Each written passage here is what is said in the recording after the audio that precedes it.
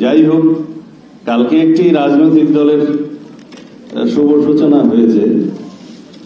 আমরা আমাদের দলের পক্ষ থেকে জনাব রিজভী সাহেব গিয়েছিলেন,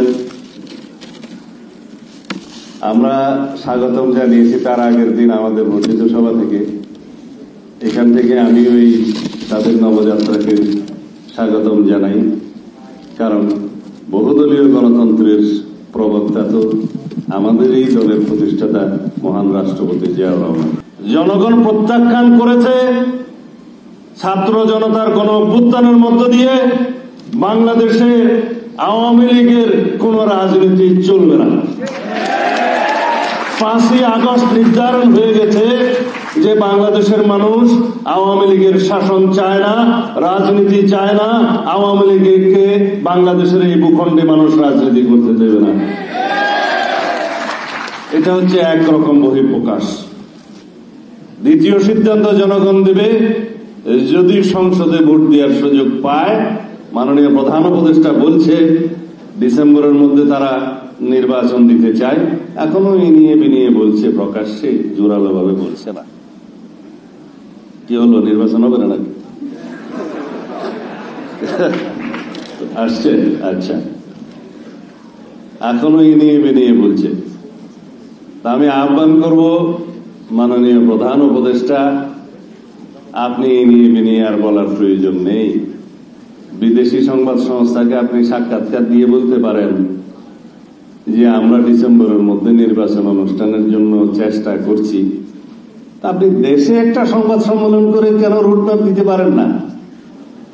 আপনি তো দেশে একটা সংবাদ সম্মেলন করে অফিসিয়ালি বলতে পারেন যে আমি এই তারিখের মধ্যে নির্বাচন অনুষ্ঠানের জন্য রুটম্যাপ ঘোষণা করছি। যদি আপনাদের সৎ উদ্দেশ্য থাকে, আশা করি সেই কাজটা করবেন। বাকি যে সংস্কার কমিশনগুলোর রিপোর্ট আমাদেরকে দিয়েছেন, সেগুলোর উপরে আমরা আপনাদের সাথে আলোচনা করব। আপনারা বলছেন জাতীয় ঐক্যমত্য কমিশন আপনার নেতৃত্বে হয়েছে, ওখানে আমরা যাব, একবার গিয়েছি, সেটা চলতে থাকবে। এই কাজ তো বন্ধ হবে না। সংস্কার 31 দফা আমরা প্রদান করেছি 2023 সালে বিএনপির পক্ষ থেকে আমাদের ভারপ্রাপ্ত চেয়ারম্যান জনাব তারেক রহমান। সেই সংস্কারের সাথে আপনাদের সংস্কার প্রস্তাবের খুব একটা বেশি অমিল নেই, কিন্তু যে সমস্ত বিষয়ে অমিল আছে সেগুলো নিয়ে কথা বলবো।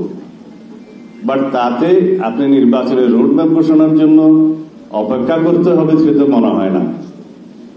যদি আপনারা কাউকে সময় দিতে চান, কাউকে অর্গানাইজ হতে দিতে চান, বা অন্য কোনো উদ্দেশ্য থাকে, সেটা অন্য কথা।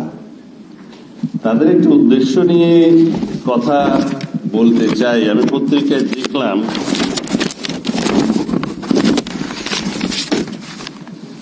জাতীয় নাগরিক পার্টির অন্যতম লক্ষ্য সেকেন্ড রিপাবলিক প্রতিষ্ঠায় গণপরিষদ নির্বাচনের মাধ্যমে নতুন সংবিধান প্রণয়ন। এইটা তাদের অন্যতম লক্ষ্য বলেছে। আমি সমালোচনা করতে চাই না। প্রত্যেক রাজনৈতিক দলেরই তার নিজস্ব কর্মপন্থা থাকবে, আদর্শ থাকবে। গঠনতন্ত্র এবং ঘোষণাপত্রে এরকম ঘোষণা থাকে। কেউ সমাজতন্ত্র চায়, কেউ অন্য কিছু চায়, কেউ হয়তো ধর্মভিত্তিক রাষ্ট্র প্রতিষ্ঠা করতে চায়। এরকম অনেক রকমের থাকে বিভিন্ন দলের রাজনৈতিক ঘোষণাপত্রে। কিন্তু আমি এই নতুন বন্ধুদের বলতে চাই, সেকেন্ড রিপাবলিক, আমাদের বর্তমান রিপাবলিক কি অসুস্থ হয়ে গেছে? সেকেন্ড রিপাবলিক কখন হয়? রিপাবলিকের লিটারাল মানে কি? রিপাবলিক হচ্ছে যেখানে নির্বাচিত প্রতিনিধিরা রাষ্ট্র পরিচালনা করবে, তাদের একটা নমিনাল অথবা elected head of the state থাকবে। সেটা কি আমাদের নেই? নতুন সংবিধানের জন্য আপনারা কথা বলছেন। নতুন সংবিধান যেটা হবে